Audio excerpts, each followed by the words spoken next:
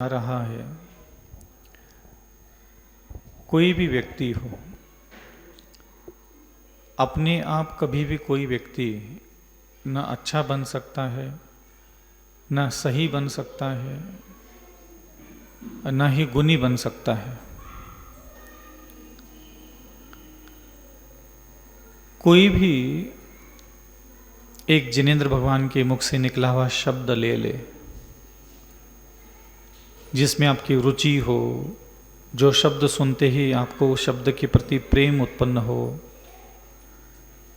वो शब्द आपका मन भावन होना चाहिए। जैसे कि क्षमावान होना, सरल स्वभावी होना, मृदु स्वभावी होना, अत्यंत विनय संपन्न होना, मधुर वचन बोलने वाला होना। बहुत सारे ऐसे भगवंतों के मुख से निकले हुए शब्द हैं। और कौन सा ऐसा शब्द है जिस शब्द के सांचे में ढलने के लिए हमारा मन तैयार हो, हमें अच्छा लगना चाहिए, हमें आसानी लगना चाहिए। बड़े व्रत लेना, कठोर व्रत लेना जरूरी नहीं है। मन के अनुकूल वह धर्म होना चाहिए। और उसके लिए सबसे पहले अपने स्वभाव का अध्ययन करना चाहिए। मेरा स्वयं का स्वभाव क्या है। मान लीजिए कि हम अत्यंत क्रोधी स्वभाव के हैं, मानी स्वभाव के हैं, या फिर लोभी स्वभाव के हैं, मायाचारी स्वभाव के हैं। और अपने स्वभाव को ध्यान में रखते हुए 10 धर्म में से कोई शब्द, 12 भावनाओं में से कोई एक शब्द, अन्य प्रकार के अनुव्रत और महाव्रतों में भी कई सारे ऐसे शब्द जिनेंद्र भगवान के द्वारा दिए गए, और वो मेरा स्वभाव मुझे निर्माण करना है, ऐसा संकल्प लेकर के। जैसे मान लीजिए मैंने संकल्प लिया कि मैं अविचल सागर अपने आप को अत्यंत विनय गुण संपन्न बनाऊंगा, तो जिनेंद्र भगवान का यह षोडशकर्ण भावना में ये उन्होंने प्रेरणा दी है कि हमें अत्यंत विनय संपन्न होना है। और मुझे ऐसा लगता है कि मैं अत्यंत विनयी बनने में मुझे आसानी है। अब कई बार ऐसा होता है कि हम ब्रह्मचर्य में रुचि नहीं आती, त्याग में रुचि नहीं होती, दान में रुचि नहीं होती, दानी स्वभाव निर्माण करने में रुचि नहीं होती। कई लोगों का प्रभु भक्ति करने में, पूजन करने में रुचि नहीं होती। लेकिन इसका मतलब यह नहीं कि वो कोई, उनको अधिकार नहीं है अपने आत्म कल्याण करने का। जिनेंद्र भगवान के मुख से निकले हुए कई सारे शब्दों में उन्हीं के भक्तों में अरुचि भी देखी जा सकती है। लेकिन साधक को चाहिए कि वो अपनी साधना का अगर अनुभव लेना चाहता है, फल प्राप्त करना चाहता है, तो अपने अनुकूल, जैसे मान लीजिए कोई व्यक्ति पूजा करना नहीं समझ में आ रहा है, बार बार कह रहे पूजा कर लो पूजा कर लो, नहीं पल्ले पड़ रहे, तो आप उसके स्वभाव का अध्ययन कीजिए और देख लीजिए कि क्या वो अत्यंत विनयवान है, सरल स्वभावी है, परोपकारी है, मृदु है, कोमल है। कुछ तो होगा उसके स्वभाव में, शालीनता, नम्रता, कुछ अच्छाइयाँ। और उसको कहिए कि आप इसी गुण को संभाल के रखिए, इसी गुण को और विस्तृत कीजिएगा।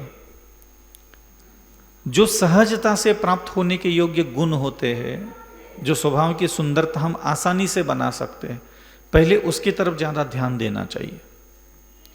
एक व्यक्ति सरल स्वभावी है लेकिन 20% है, और उस व्यक्ति के अंदर ब्रह्मचर्य के कोई भाव नहीं थे, लेकिन उसने ब्रह्मचर्य व्रत ले लिया, ना वो सरल बन पाया, ना वो ब्रह्मचर्य में पूर्ण हो पाया। तो दिखता है कि हमने धर्माचरण किया, दिखता है कि हम धर्म कर रहे हैं, लेकिन दिखना नहीं चाहिए। हमें वास्तविकता में इसी एक ही भाव में जिनेंद्र भगवान के शासन के पूरे वैभव को प्राप्त करना है।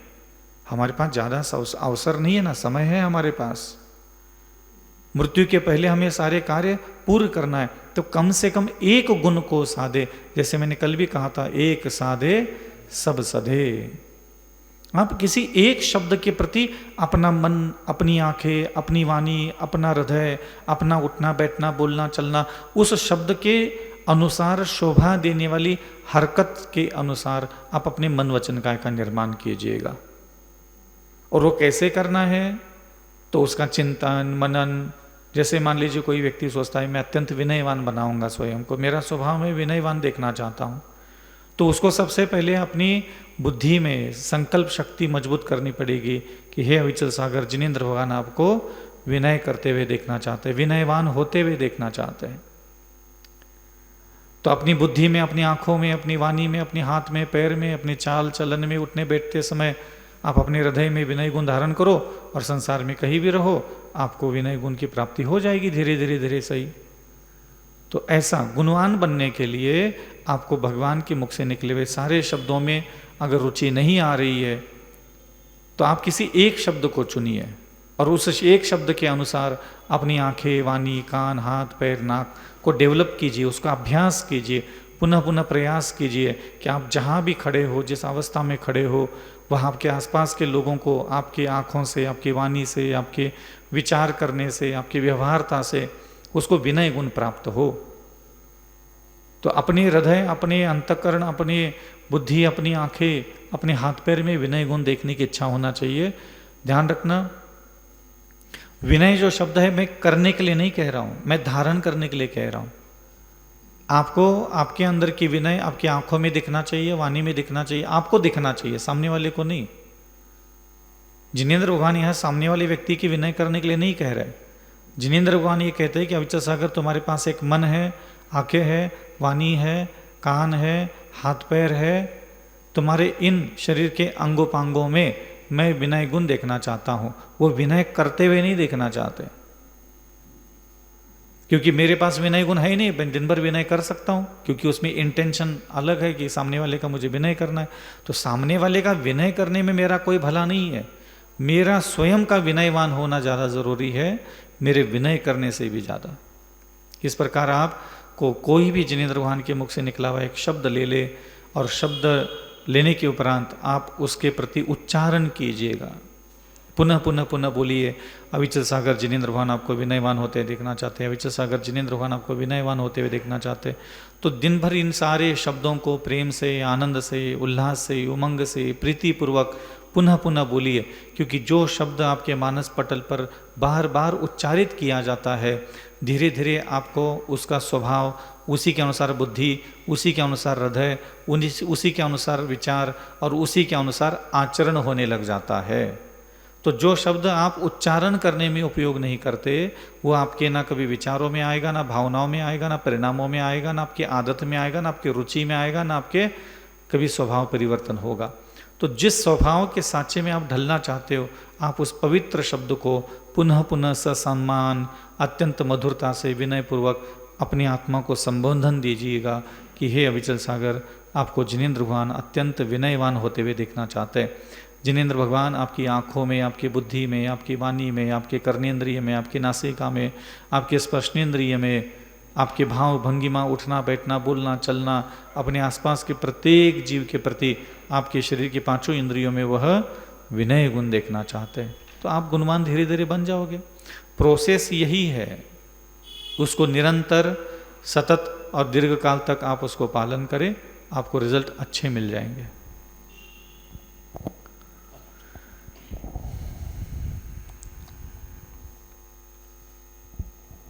महाराज जी नमोस्तु। महाराज जी, स्वभाव में क्षेत्र और काल का भी प्रभाव पड़ता है।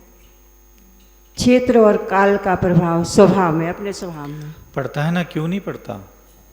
द्रव्य, क्षेत्र, काल, भव, भाव, इन सभी चीज़ों के साथ हम लोगों का जीवन होता है। दूसरी बात होती है कि इनका प्रभाव हमारे ऊपर पड़ता है, ये सही नहीं है। हम खुद ही अपने कर्मों के कारण ऐसे द्रव्य, ऐसे क्षेत्र, ऐसे काल, ऐसे भव, ऐसे भाव को प्राप्त होते हैं। चतुर्बुद्धि देखो कितनी इंसान की है कि हम हैं, और क्या हमारे ऊपर आसपास की चीज़ों का असर होता है क्या?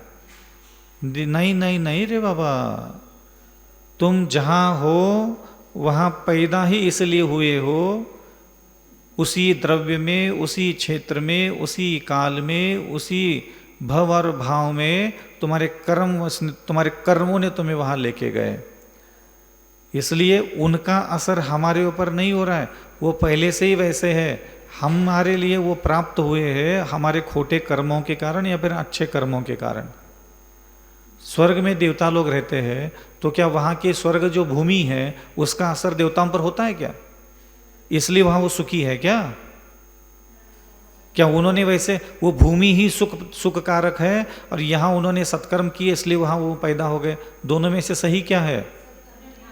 हाँ, तो क्षेत्र का असर हमारे ऊपर हो रहा है क्या? नहीं। तुम उस क्षेत्र में, चाहे अच्छा क्षेत्र हो चाहे बुरा क्षेत्र हो, तुम पहुंचे इसलिए हो, तुम्हारे कर्म तुम्हें वहां लेके गए हैं। तुम्हें ऐसा ही मकान, ऐसा ही गांव, ऐसा ही देश, ऐसा ही प्रदेश, जो कुछ भी मिला है वो आपके कर्मों के कारण आपको मिला है। ये ध्यान रखना हमेशा। क्षेत्र का कोई प्रभाव नहीं होता और कुछ नहीं होता। उदाहरण के लिए जैसे मान लो दोपहर के ठीक 12 बजे 3 मछलियों का जन्म हुआ। कितने मछलियों का? 3 मछलियों का जन्म हुआ। एक मछली जन्म हुई सेम टाइम में, एक समय का भी आगे पीछे अंतराल नहीं है। अब तीनों की कुंडली निकालोगे तो एक ही जैसी निकलेगी, एक ही नक्षत्र, एक ही जगह पे, एक ही नदी में, एक ही तालाब में, एक ही समुद्र में 3 मछलियां पैदा हो गई एक समय में, एट ए टाइम, कोई भेद नहीं है। एक मछली जन्म ले लिया समुद्र के सबसे निचले तल्ले में, दूसरी मछली ने जन्म लिया ठीक समुद्र के बीच वाले हिस्से में, और तीसरी वाली मछली ने जन्म लिया समुद्र के किनारे वाले में, थोड़ा हल्का सा किनारे और ऊपर वाले हिस्से में। जो मछली निचले के तल्ले में जन्म लिए है वो कभी भी बीच में नहीं आ सकती, ऊपर भी बहुत कम आती है, क्योंकि वो टिक नहीं सकती, जीवित नहीं रह सकती, उसका शरीर भी सब इसका ही मिलता है वैसा। जो बीच वाली मछली है कभी कभी ऊपर आएगी, कभी कभी थोड़ा नीचे जाएगी, ज़्यादातर समय उसका समुद्र के बीच वाले तल्ले में ही व्यतीत होता है। और जो ऊपर पैदा हुई मछली है वो कभी ना नीचे ज़्यादा जाएगी, ना उसके नीचे कभी ज़्यादा, ना बीच में जाएगी ना नीचे जाएगी। अब बताइए कि अगर कोई मछुआरा आ जाए मछली पकड़ने के लिए तो सबसे पहले कौन मरेगी?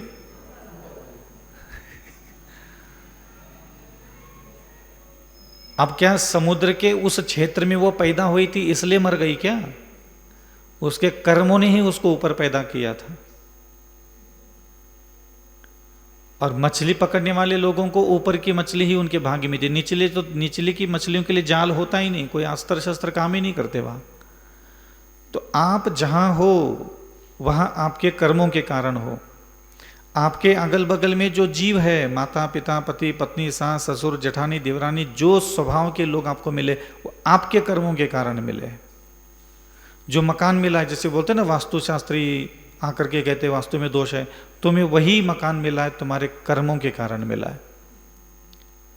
ये ध्यान रखना। और जब तक आपके कर्म नहीं बदलेंगे, वो वास्तु 20-20 साल से आकर के घर के अंदर वास्तुशास्त्री घुसे और 20-20 बार वो बोलेगी ये गलत है, ये गलत है। घर वाले 4 दिन तक हाँ हाँ बोलेंगे, 5वें दिन भूल जाएंगे, क्योंकि आपके कर्म में अभी राज सत्ता का भोग भोगने का योग ही नहीं है। आप वो बिगड़ी चीजें कभी भी ठीक नहीं कर पाओगे।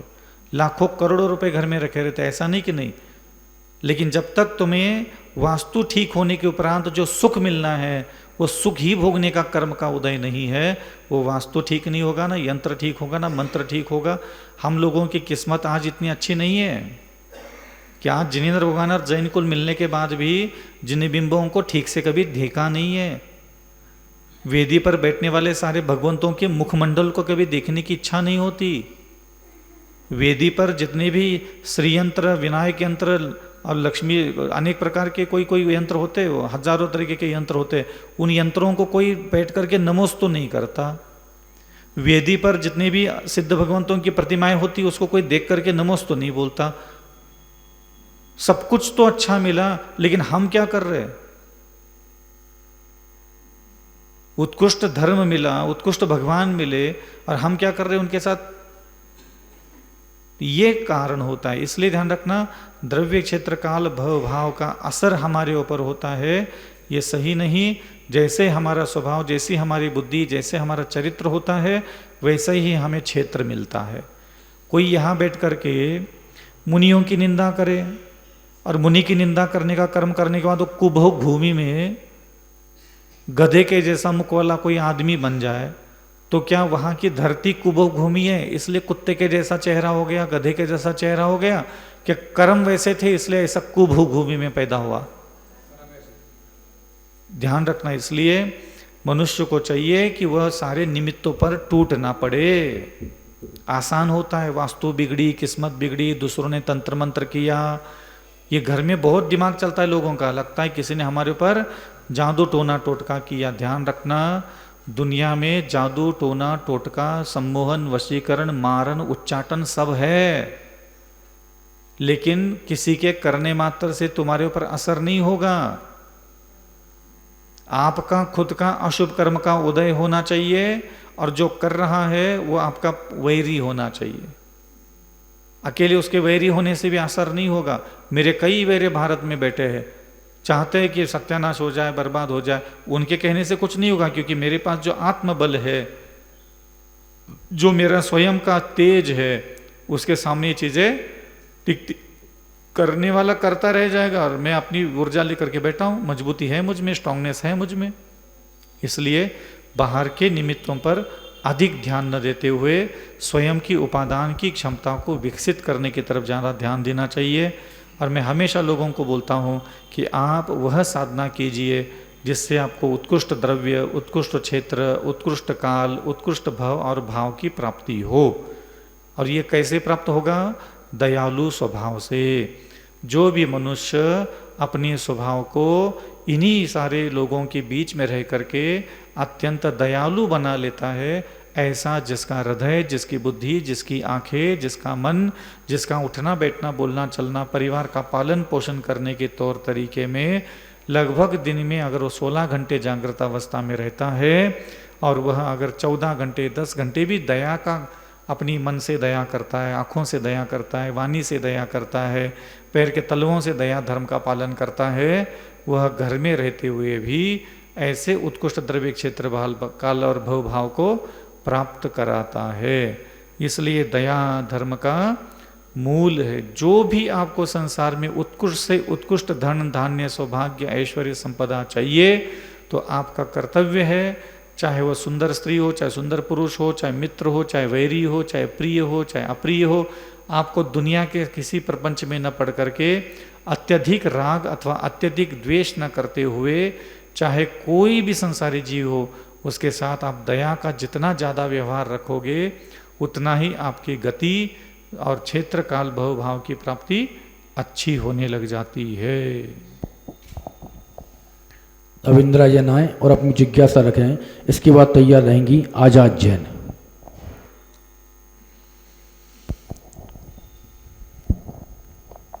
महाराज जी के चरणों में बार बार नमोस्तु नमोस्तु। महाराज जी, महाराज जी प्रश्न हमारा ये है कि जैसे आदिनाथ भगवान ने लेखन कार्य सिखाया था, तो उससे महावीर भगवान के समय तक शास्त्र लिखे गए कि नहीं?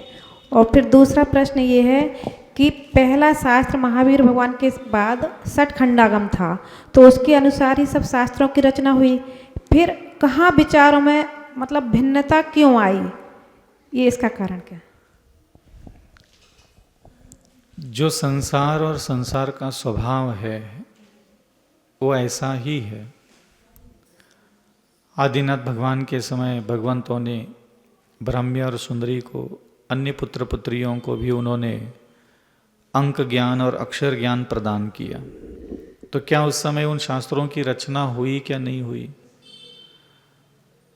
क्योंकि इसका किसी प्रकार से कोई उल्लेख मिलता नहीं है। दूसरी बात यह होती है कि उस समय अक्षर विद्या, अंक विद्या का भले ही आदिनाथ भगवान ने शिक्षा दी हो, और उस समय की जो शिक्षा आदान प्रदान करने की पद्धति थी वह लिपिबद्ध नहीं हो सकती, ऐसा भी अर्थ निकाला जा सकता है। दूसरा ऐसा भी होता है कि उस समय बुद्धि की कुशलता, ज्ञान का क्षोक्षम मनुष्यों में जो पाया जाता था वो सर्व सुंदर तरीके से पाया जाता था।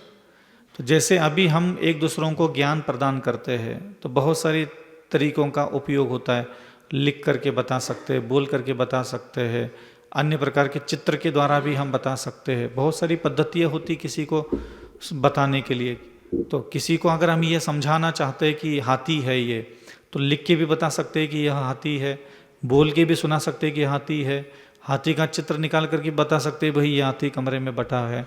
तो ऐसे अनेकों प्रकार के उपाय होते हैं कि एक व्यक्ति को दूसरे व्यक्ति का ज्ञान देने के लिए। तो भारत आदिनाथ भगवान के बाद ऐसा कोई मुनियों का संग और ऐसा कोई अल्पज्ञ नहीं था कि जिनको लिख करके रखा जाए और वो पढ़ ले तभी उनको मालूम चले। तो इतना भी निम्न स्तर का जो ज्ञानावरण कर्म का क्षोक्षम होना चाहिए तो वो नहीं था उस समय। इसलिए एक पाठी अथवा सुनने के बाद तुरंत वो बुद्धि में अंकित होने की स्थिति में उनका ज्ञानावरण कर्म का क्षोक्षम होता था। तो परिपाटी से भगवंतों के मुख से जो शब्द निकलते थे तो गौतम धनधर आदि उसको सुनते थे और अन्य जनों को सुनाते थे। तो सुनाने की जो परंपराएं थी उससे से सुनने वाले व्यक्ति की ग्रास्पिंग कैपेसिटी जो थी, ग्रहण करने की क्षमता वो ज़्यादा थी, तो उनको ज़रूरत नहीं पड़ी कि लिख के किसी के लिए रखे। तो आवश्यकता ही किसी को जन्म देती है, हाँ, किसी पदार्थ को, वस्तु को, परिस्थितियों को।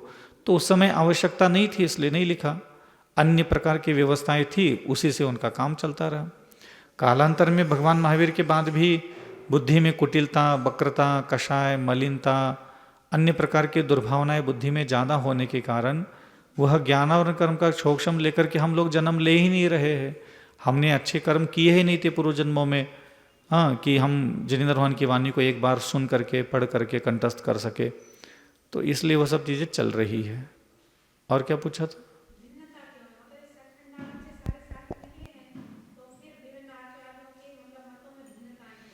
भिन्नता क्या होता है कि शास्त्र, अब जैसे जिनेंद्र भगवान की वाणी तो मूल सूत्र ग्रंथ, मूल कुछ होता है। जितना भी जैसे अन्य जितने भी ग्रंथ अपन पाए जाते हैं, मैं नाम नहीं लूंगा नहीं तो अभी विवाद खड़ा कर देंगे लोग। तो कुछ साधकों के उसमें अनुभव, अपने विचार भी होते हैं, लेकिन वह जिनेंद्र भगवान के सिद्धांतों से विरोध नहीं होता, इसलिए हम उसके बारे में कुछ कहते नहीं हैं। लेकिन एक्चुअली हम जो किताबें पढ़ रहे हैं वो सेम टू सेम भगवान के मुख से निकले हुए ही शब्द है, हम ये नहीं कह सकते। जैसे कि कुन मुनि महाराज है, समद्रभद्र आचार्य है, पूज्यपाद आचार्य है, तो उनको तो कोई किताब तो मिली नहीं थी, उनके पास परिपाटी से तो मान लो उदाहरण के लिए, हकीकत क्या है वो तो किताबों में देख लेना, तो उनके गुरुजनों के द्वारा मौखिक रूप से उनको मिल रहा था। मान लो किसी मुनि महाराज को दया आ गई कि मेरे जितने भी शिष्य है अब वो इस स्थिति में नहीं है कि मैं इनको 15,000, 20,000, 55,000 श्लोक कंठस्थ करा सकूं। तो अब मान लो मेरे गुरु ने जिन्हें मुझ में क्षमता देखी थी, तो मुझ में तो थी, मान लो 1.5 लाख श्लोक में कंठस्थ करके बैठ गया, लेकिन मैं अगली शिष्यावली को जो कंठस्थ श्लोक जो थे मैं सुनाना चाह रहा था डेली के 10-20, 10-20, 50-50, 100-100, 200 ऐसा, तो वहाँ मुझे लगा नहीं कि ये बुद्धि से पकड़ नहीं पा रहा है, भूल जा रहा है, विस्मृत हो रहा है, एक ही चीज़ 2 बार बोलना पड़ रहा है। अब जो 1.5 लाख सूत्र मेरे पास है, कंठस्थ है, बुद्धि में है, अगर मैं 2-2, 3-3 बार रिपीट सुनाता रहूँगा तो जो काम मुझे 10 साल में पूरा होना है वो तो 30 साल लग जाएंगे। तो इन्हीं सारी चीज़ों को ध्यान में रखते हुए फिर वो आवश्यकता पड़ी, फिर उन्होंने सारे सूत्र ग्रंथों को अपने उन सारे सूत्रों के भाव, भंगिमा, उसका विश्लेषण, व्याकरण आदि का ध्यान में रखते हुए उस वस्तु तत्व को, उस स्वभाव को उन्होंने अपने शब्दों में प्रकट कर दिया। बस इतनी सी बात होती है। अब आचार्य आए और अपनी जिज्ञासा रखें, इसके बाद तैयार रहेंगी डुग्गी दीदी।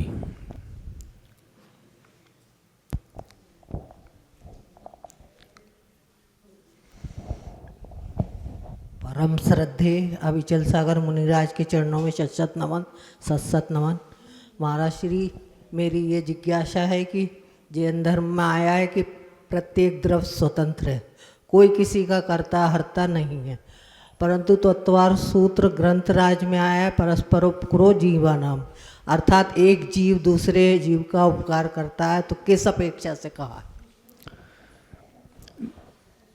एक द्रव्य दूसरे द्रव्य का कुछ करता नहीं है, यह शाश्वत सत्य है। यह इस अपेक्षा से है कि कोई मुझे मारता है, कोई मुझे सुख देता है, यह जो मनुष्य की कल्पना है, इस कल्पना का विनाश करने के लिए उन्होंने ये कहा कि ऐसा अगर कोई दुनिया में सोच रहा है कि पापा मुझे सुख देते हैं, माँ मुझे सुख देती है, पति मुझे सुख देता है, पत्नी मुझे सुख देती है, तो भगवान कहते हैं कि नहीं, कोई भी द्रव्य किसी भी द्रव्य को सुख और दुख दे ही नहीं सकता। ये बुद्धि की खोटी वासनाएं हैं, कल्पना है, मोह के कारण, राग के कारण, कामादिक विकार के कारण वह अपना सा प्रतीत होता है। और दूसरा, यह जो परस्परोग्रह जीवाना आपने जो कहा, ये भगवंतों के द्वारा ये सूत्र क्यों दिया गया? क्योंकि जिनेंद्र भगवान के मुख से निकला हुआ प्रत्येक शब्द बहुत महान और गंभीर है, पूरे विश्व का वास्तविक स्वरूप प्रकट करने वाला है। जिनेंद्र भगवान यह जानते हैं कि संसार में कोई भी भगवान हो, चाहे सिद्ध हो, चाहे आचार्य उपाध्याय साधु, कोई किसी संसारी आत्मा को ना मोक्ष दिला सकता है, ना नरक भेज सकता है, ना स्वर्ग भेज सकता है, ना कुछ कर सकता है। समय के पहले यहां कुछ नहीं होने वाला। जब मोक्ष किसी संसारी जीव को काल लब्धि उत्पन्न हुए बिना, करण आदि लब्धि उत्पन्न हुए बिना संभव ही नहीं है। अर्धपुद्गल परिवर्तन काल शेष रहता है, तभी संसार के किसी भी भव्य जीव को मोक्ष मिलने की संभावना प्रकट होती है। और वह अर्धपुद्गल परिवर्तन काल पता ही नहीं हमारा भी आया है कि नहीं आया है। और अर्धपुद्गल परिवर्तन मान लो मेरा आ भी चुका है, तो अर्धपुद्गल परिवर्तन में भी अनंत काल निकल जाते हैं, तो भी उसको हम अर्धपुद्गल परिवर्तन काल ही बोलते हैं। वो भी अनंत काल के बराबर है। तो सम्यक दर्शन उत्पन्न होने के बाद भी वह अनंत काल तक संसार में रह सकता है। उसकी कोई उम्र हो, कुछ भी हो, आप थोड़ा डिटेल शास्त्रों से जान लेना। अब जिनेंद्र भगवान कहते हैं कि भाई मैंने जो उपदेश दिया है, ये जो उपदेश है ये मात्र मोक्ष ही देता है ऐसा नहीं है, यह आपको संसार में भी सुखी रखता है। अब मान लीजिए मैं अविचल सागर अभी यहाँ बैठा हूँ और मुझे मोक्ष जाने के लिए मान लो 1 करोड़ वर्ष बाकी है। अब 1 करोड़ वर्ष बाकी है और ये मैं जानता हूं, और फिर भी मैं आज मुनि बन के बैठा हूं। मैं मुनि बन करके बैठा हूं और मैं परस्पर उपग्रह, उपग्रह माने उपकार करना, दया करना, एक दूसरों को सहयोग करना, मदद करना, उनके दुख सुख में अपना सहयोग करना, ये परस्पर उपग्रह कहलाता है। तो भगवान ने क्यों कहा जब मुझे मोक्ष मिलने के लिए अभी टाइम है, तो अभी मैं क्यों मुनि बना, क्यों मैं धर्म करूं? अभी जरूरत नहीं है धर्म करने की मुझे। तो जिनेंद्र भगवान का धर्म हमें साक्षात मोक्ष भी प्रदान करता है। और जब तक मोक्ष नहीं मिलता तब तक हम इस संसार में जो जन्म मरण करने वाले हैं, अभी मैं मुनि हूं, कल के दिन देव बनूंगा, फिर वहां करके राजा बनूंगा, प्रजा बनूंगा, कुछ भी सेठ बनूंगा, तो मुझे यहां जन्म मरण तो करना है ना उतना समय। तो भगवान कहते हैं कि भैया देख, मैं तुझे कह रहा हूं अविचल सागर कि तुम परस्पर उपग्रह, यहां तुम जिनके साथ रहते हो, तो प्रत्येक संसारी जीव को कहा एक दूसरों पर उपकार करो, एक दूसरों पर दया करो। क्यों? क्योंकि जब तक तुम्हें मोक्ष नहीं मिलेगा तब तक आपस में तुम एक दूसरों पर दया करते हुए जीवन यापन करो, ताकि एक दूसरों को कोई आपस में दुख ना दे सके। ये मूल उद्देश्य है उनका। मान लीजिए मैं यहाँ बैठा हूँ और मैंने परस्पर उपग्रह जीवाना, मैंने अपने आसपास के प्रत्येक जीवों के लिए ज्ञान दिया, भक्ति दी, हाँ, दया दी, करुणा दी, वात्सल्य दिया, मैंने आपके ऊपर उपकार किए। तो आप क्या अगले जन्म में मुझे दुख देने के लिए आओगे मेरे पास? आ भी सकते हो, चौके में हार नहीं हुई तो आ जाओ। मुझे मेरे साथ बुरा बर्ताव करने के लिए आओगे? नहीं आओगे। तो आपके दिमाग को पता है कि मैंने आपके ऊपर उपकार किया है, और मेरे दिमाग को पता है कि आप लोगों ने मुझे अन्न दान दिया, आवास दान दिया, अपना वात्सल्य भाव दिया, भक्ति दी, तो मैं भी आपके सामने कभी भी उपस्थित नहीं होऊंगा। तो परस्पर उपग्रह जीवानाम, यह जो हमारा जन्म मरण होने वाला है, इस जन्म मरण के चक्र में, जैसे आज हम यहाँ बैठे हैं, अथवा अगले जन्म में जहाँ मैं जन्म ले लूँगा, तो मैंने मान लो 2 करोड़ लोगों पर यहाँ उपकार किए, कम से कम 50 लाख 1 करोड़ पशु पक्षियों पर मैंने उपचार करके उपकार किए। मैं जब अगले जन्म में जहाँ जन्म ले लूँगा, मैंने इस जीवन में जिन पर दया की, करुणा की, विनय किया, नम्रता धारण की, मधुर वचन बोला, ये जो मैंने उनके ऊपर धर्म का उपकार किया था, ये वह उपकार चुकाने के लिए मेरे पास लौट के आएंगे। और अगर मैंने एक दूसरों पर मदद नहीं की, राग किया, द्वेष किया, घृणा किया, नफरत किया, निंदा की, आलोचना की, दोष देख लिए, दोषों को उद्घाटित कर लिया, तो वही जीव कालांतर में मेरा वैरी बन करके मुझे दुख देने के लिए उपस्थित होगा। तो संसार में भले ही धन है, वैभव है, जमीन जायदाद है, राजपाट है, ये सारी चीज़ों का ये सब सुख के वस्तु मात्र है। हकीकत में जीवन जब हमारा जन्म होता है और मरण, इसके बीच में वास्तविक जो सुख भोगना होता है वो है जीवित जीवों का सुख।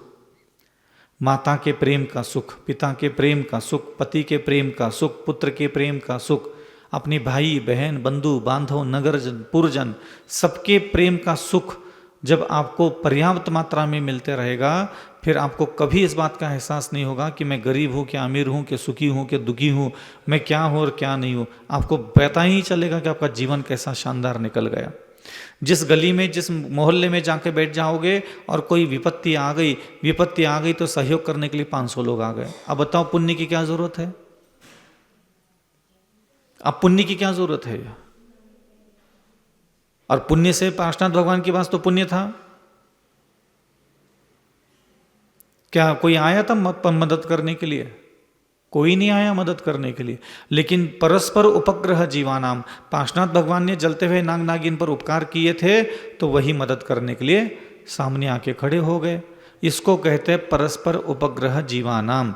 तो वास्तविकता में जब आपके जीवन में कोई संकट आता है, विपत्ति आती है, तो आपको पुण्य कर्म उदय में आ जाए इसका इंतजार होता है? क्या कोई जीवित जीव मदद करने के लिए आ जाए इस बात का इंतजार होता है? हकीकत में हमें पूरा जीवन सुखमय आनंदमय बनाने के लिए, व्यतीत करने के लिए अच्छे स्वभाव के लोगों की ज़्यादा ज़रूरत होती है। और जब आपको अपने जीवन में अच्छे स्वभाव के लोग चाहिए जो आकर के आपके ऊपर प्रेम करे, दया करे, करुणा करे, मधुर वचन बोले, आपका हित चाहे, किसी भी संकट में आपको मदद करने के लिए उपस्थित हो जाए, आपको ये वाला जीवन दे दूं, क्या बुरे स्वभाव के लोग आपके जीवन में दे दूं और आपको मैं किसी राजा की रानी बना दूं?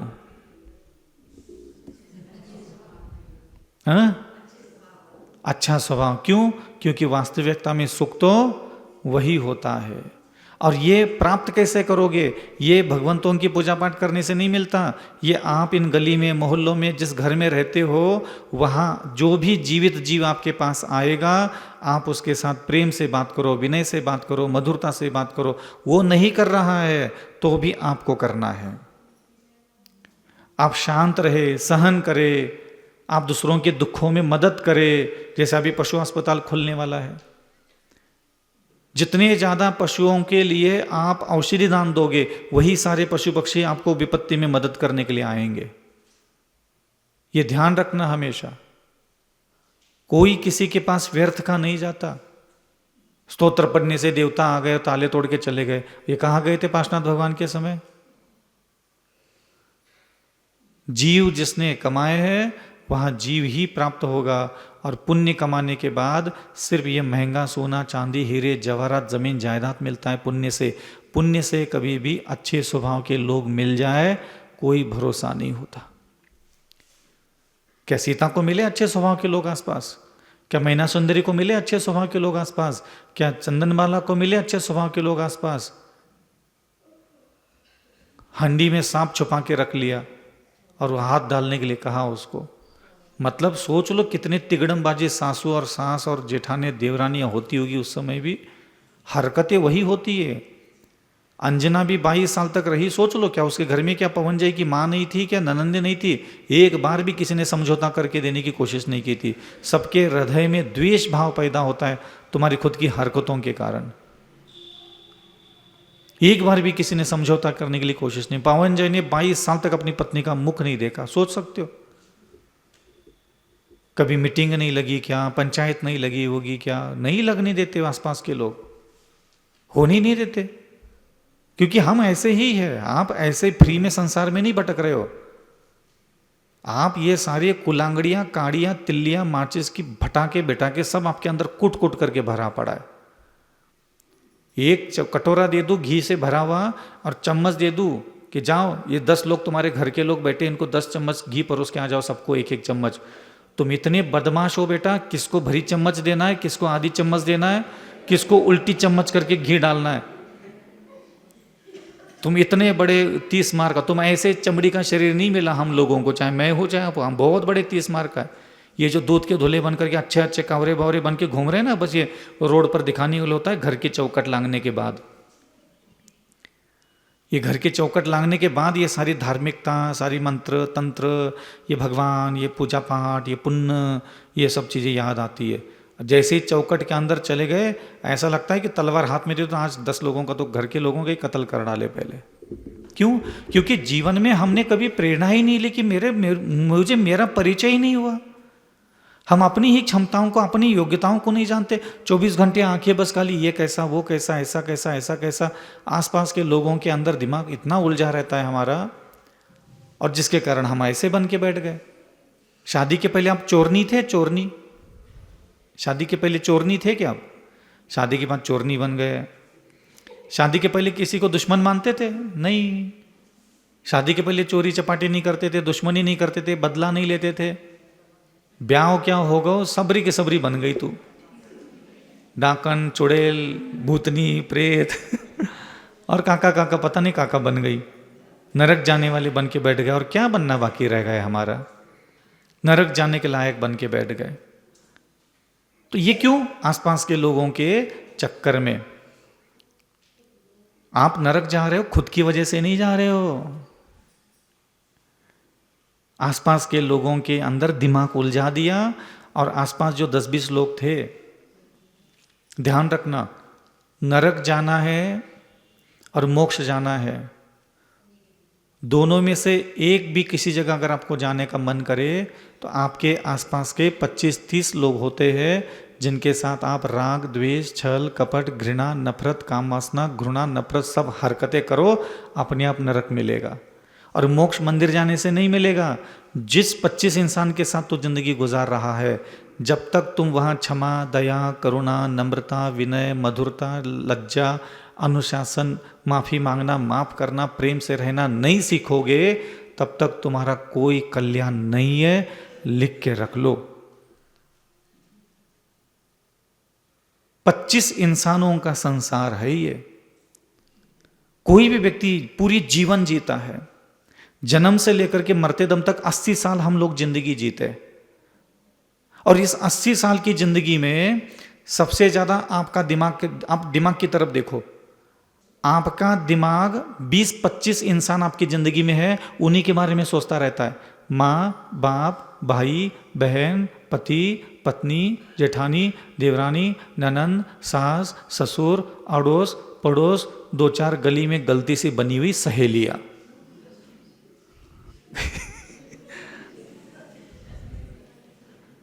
समझ में आ रहा है? खुद की बच्चे, जेठानी के बच्चे, बस। अब तुमने जितने भी पाप किए हैं ना जीवन में, इन्हीं 25 इंसानों के चक्कर में किए। गलत देखा, गलत बोला, गलत सोचा, गलत छुआ, गलत जितना भी हुआ है, यही 25 इंसान है, और कोई है ही नहीं। तुम्हारे अंदर जितना राग है, द्वेष है, घृणा है, नफरत है, तृष्णा है, जो भी द्वेष भाव है, ये वही 25 लोगों की लिस्ट फिक्स है। मेरे जिंदगी के 25 लोग फिक्स है। तुम आंख बंद कर दो, तुम्हारी जिंदगी के 25 मेन उन लोगों की लिस्ट निकालो। रिश्तेदारी में भले 800 लोग हैं तुम्हारे, लेकिन हमारा दिमाग दिन सबसे ज्यादा कितने इंसानों के बारे में सोचता है, उनकी लिस्ट निकालो। आपकी आंखें सबसे ज्यादा कितने इंसानों को दिन भर 24 घंटे में ज्यादा देखती है, उनकी लिस्ट निकालो। आप दिन भर कितने, पूरी जिंदगी भर कितने इंसानों से आपने ज्यादा बात की है, उनकी लिस्ट निकालो। आपने जिन जिन इंसानों को छुआ है, उनकी लिस्ट निकालो। वही 25 नटोरे भटोरे लोगों की लिस्ट निकलेगी, कोई नया नहीं आएगा। कोई तुम्हारा सार नहीं है। इधर उधर मुंह मारते हुए मत घूमो मंदिर में भगवान भगवान भगवान। ये भगवान की दीवी शिक्षा है। जब तक तुम्हारे दिमाग, तुमने आंखें बंद कर के बैठ जाओ, तुम आंखें बंद करने के उपरांत तुम्हें जितने जीवित इंसानों के चेहरे तेरे दिमाग में आते हैं, आंख बंद करके बैठो। क्योंकि मैं जब आंख बंद करके बैठता हूं तो मेरी यादों में आने वाले इंसानों के चेहरे अलग है। जब यहां बैठने वाले 150-200 लोग बैठे, तो सबके आंखें बंद करो, सबके दिमाग में एक चेहरा नहीं आएगा। सबके दिमाग में अपने अपने 25-30 इंसानों के चेहरे अलग है। और आंख बंद करने के उपरांत तुम्हारे दिमाग में याद आने वाले जितने भी इंसान होंगे, क्योंकि जानवर तो आते नहीं, ना जानवरों से राग है, ना द्वेष है, ना घृणा है, ना नफरत है, कुछ है ही नहीं। मैं मेरा सैया, बस यही दुनिया हमारी। जितने इंसान तुम्हें जिंदा याद आते हैं आंख बंद करने के बाद, उन्हीं इंसानों में प्रत्येक चेहरे के पीछे हमारा एक भाव जुड़ा हुआ है। आप ये आंखें बंद कर लो, और आंखें बंद करने के बाद आप कुछ भी इंसान का चेहरा याद आएगा आपके दिमाग। जो भी इंसान का चेहरा याद आता है, उस इंसान के लिए आपका एक भाव जुड़ा है। भाव का मतलब राग भाव जुड़ा है, क्या काम वासना का भाव जुड़ा है, क्या द्वेष का भाव जुड़ा है, क्या नफरत का भाव जुड़ा है, क्या आसक्ति का भाव जुड़ा है, क्या वैर भाव जुड़ा है। उस इंसान का चेहरा आते ही आपके दिमाग में कौन से भाव जागृत हो गए, ये चेक कर लो। और उस इंसान के लिए जब तक वो भाव नष्ट नहीं होंगे, तुम्हें केवल ज्ञान नहीं होने वाला। कर्म ऐसे नहीं करते तुम्हारे मंत्र तंत्र पूजा पाठ करने से। आनंद बार मुनि बन करके मैं बैठा हूं, और अभी तो 80 साल के लिए मुनि बन के बैठा हूं। 80 साल में से भी 20 साल तो घर में गए गुल्ली डंडा खेलते खेलते। 1-1 लाख 2-2 लाख वर्ष तक मैं मुनि बन करके इस भूमि पर केशलोच किए मैंने। तो उतने केशलोच आप सोच लो, 80 साल में मेरे साल के 6 केशलोच है, तो मुश्किल से 450-500 केशलोच हो रहे। हाँ, पूरे जीवन में। अब 1000 वर्ष, मैं तो 1 लाख तो छोड़ दो, 1000 वर्ष भी अगर मान लो मैं मुनि बन करके कभी किसी काल में, चतुर्थ काल में मुनि बन करके व्रत लेकर के घूमा हूँ, कितने आहार एकासन हुए, कितने उपवास हुए, कितने केशलोच हुए, कितनी पदयात्रा हुई, कितने पैर छिल गए, कितनी माला फेरी होगी, कितने स्तोत्र पड़े होंगे उस समय मुनि अवस्था में, कितना अरिहंत अरहंत अरहंत की जय, कितना जयकारा लगाया होगा, कितनी ऊंची आवाज में बोली लगाई होगी। कहां गए सब ये चीजें? 5-5 हजार, 10-10 हजार, 20-20 हजार वर्ष की उम्र वाले तो भगवान राम के समय थे सब। हजारों की उम्र थी, वर्षों की, वो सब मुनि बन करके बैठे थे। हम भी थे उस समय, मुनि बन करके घूम रहे थे। तो उस समय इस नमोकार मंत्र से हम कुछ उखाड़ नहीं पाए, स्तोत्र से और पूजा और पाठ और जाप से। अब तुम लोग इधर थाता थैया धांगड़ दिंगा कर रहे हो। इसलिए मैं कहता हूं कि उस समय जो गलती हुई है, स्वभाव कभी बदलने के लिए कोशिश नहीं करते। आप देख लेना, आपको किसी भी साधु के पास ना उसके किसी और के कारण हमें नहीं बुरा लगता, उसका स्वभाव समझ में नहीं आता तो हम दूर चले जाते। 99% परेशानी होती है तो स्वभाव ही नहीं समझ में आता इनका। क्या करोगे उस ज्ञान को, क्या करोगे उस तप को? इसलिए मैं लोगों को प्रेरणा देता हूं, आप जितना अच्छा अपने लिए अच्छा बनाओ। आप अपना अच्छा स्वभाव दूसरों के लिए मत बनाना, अपने लिए लगना चाहिए। मैं दूसरों के साथ अच्छा तो करता हूं, तुम्हें दूसरों के साथ अच्छा करने के लिए धरती पर पैदा नहीं किया गया। तुम्हें खुद ही खुद को अच्छा बनाना है, अपने लिए अच्छा बनाना है। अविचल सागर जी को लगना चाहिए कि मैं अविचल सागर, मुझे विनयवान बनाना चाहता हूं। मैं दूसरों की विनय करने के लिए नहीं पैदा हुआ धरती पर। मैं मुझे क्षमावान देखना चाहता हूं, मैं मुझे सरल स्वभाव देखना चाहता हूं, मैं मुझे मधुर वचन बोलने वाला देखना चाहता हूं। धर्म का स्वप्न स्वयं के लिए होता है। घर वालों से कुश्ती खेलने के लिए धर्म नहीं होता। हम तो घर में सबके साथ अच्छा अच्छा कर लेते, नरक जाओगे नरक। दूसरों के साथ अच्छा बर्ताव करने के लिए धर्म नहीं है। खुद के हृदय, बुद्धि, विचार, मन, अंतःकरण, आंख, नाक को अच्छा बनाने के लिए धर्म होता है। और ये गुणवान दिखना चाहिए। तुम तुम्हारी नाक देख लो, तुम तुम्हारी आंखें देख लो, तुम तुम्हारी जबान देख लो, तुम्हारे कान देख लो, तुम तुम्हारा दिमाग देख लो, तो तुम्हें खुद को अच्छा नजर आना चाहिए। तुम ये मुंह उठा करके मत सुनाया करो, हम तो दिन भर घर के लिए सबके लिए अच्छा करते हैं, सबके साथ हम विनय करते हैं, सबके साथ हम अच्छे से बात करते हैं। ये सबके साथ अच्छे से हरकत करने के लिए जिनेंद्र भगवान ने धर्म नहीं दिया था। क्योंकि ये अगर तुम वैसा भी कर लेते अच्छा बर्ताव, क्योंकि जहां भोग मिलते हैं, जहां मनोरंजन मिलता है, वहां आदमी बुरा बर्ताव करेगा ही क्यों? वो तो तुम अगर जैन धर्म में पैदा भी नहीं होते ना, तो भी कर लेते अच्छा बर्ताव। तो उसके बदले में तो तुझे मैं स्वर्ग नहीं दिलाता ना। कई लोगों को लगता है ऐसा कि हम तो देखो अच्छा करते सब, हम घर में कितना अच्छे से रहते हैं। नहीं, यहां भगवान ने तुम्हें एक इंसान दूसरे इंसान से अच्छा व्यवहार करे इसलिए उपदेश नहीं दिया। वो तो तुम वैसे भी कर लेते, बिना अगर दुनिया में जैन धर्म नहीं भी होता ना, तो भी तुम कर लेते। क्योंकि मनुष्य की फितरत है, जहां उसका भोग मिलता है, आनंद मिलता है, मनोरंजन मिलती है, खुशी मिलता है, वहां ठीक ठाक रह लेता है। और जब तक मिलता है तब तक ही रहता है। जैसा ही नहीं मिलना बंद हो गया, तेरे इसी की तैसी, तेरे जैसे 56 देखे हमने।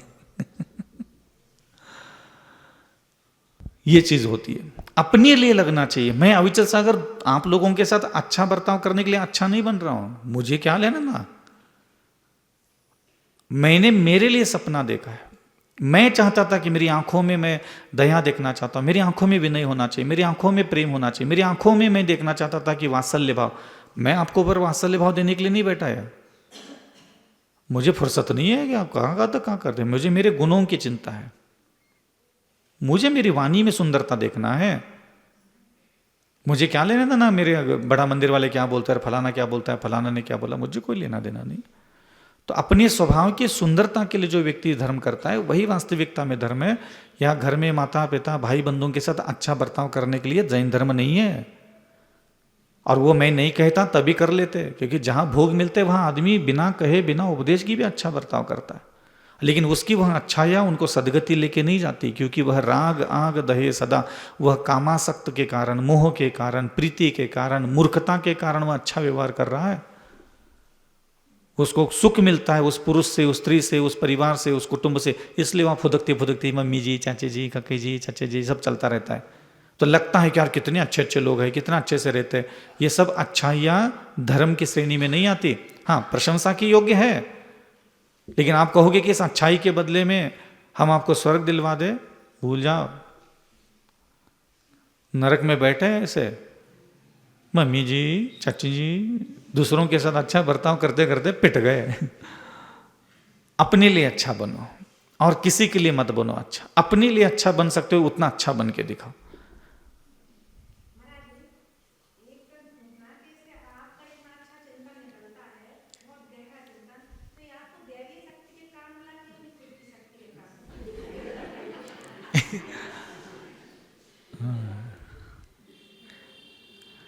ओम नमः शिवाय। आगे महाराज श्री, अब सही भक्तों की इच्छा है कि जो कल चंबलेश्वर का जो चमत्कार आप सुना रहे थे, आपने बोला था कि 8 बजे सुनाएंगे उसको, तो उसका कृपया पूरा करने की कृपा करें। चौलेश्वर में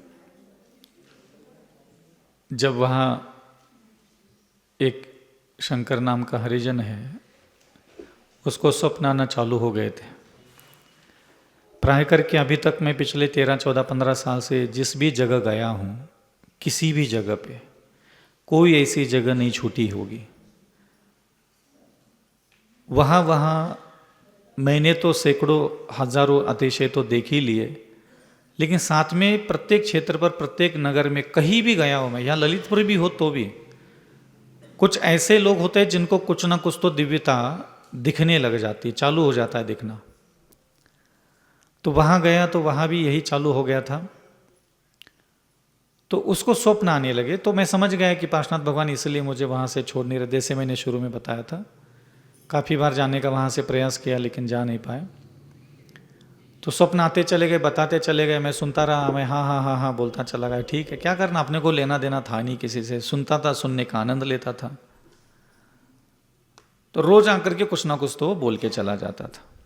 मैंने एक बार वो माला का भी बताया था, बुखार का भी बताया था।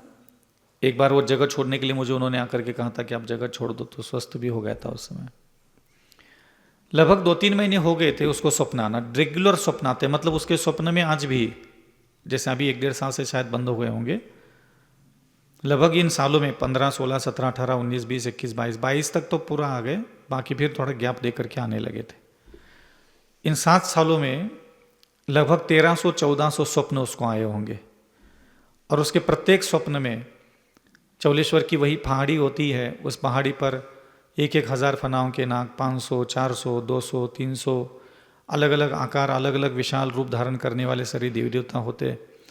वहाँ स्वप्न में उसको मैं भी बैठा हुआ दिखता हूँ, फिर पार्श्वनाथ भगवान की प्रतिमा भी दिखती है। एक अच्छा सुंदर सा वो दृश्य होता है उसके डेली के स्वप्न में।